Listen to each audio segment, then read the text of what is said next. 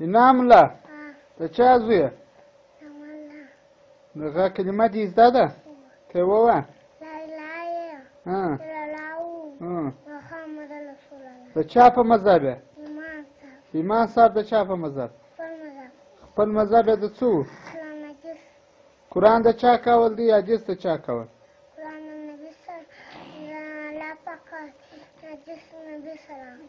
د نبي علیه السلام څو یاران کوم څلور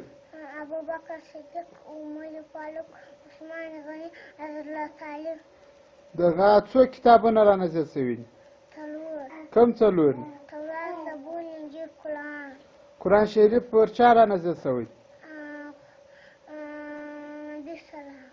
د اسلام څو ارکان دي کوم پنځه دي اول کلمه جلمون بیا روژه بیا زکات بیا حج د مرشدي شاباش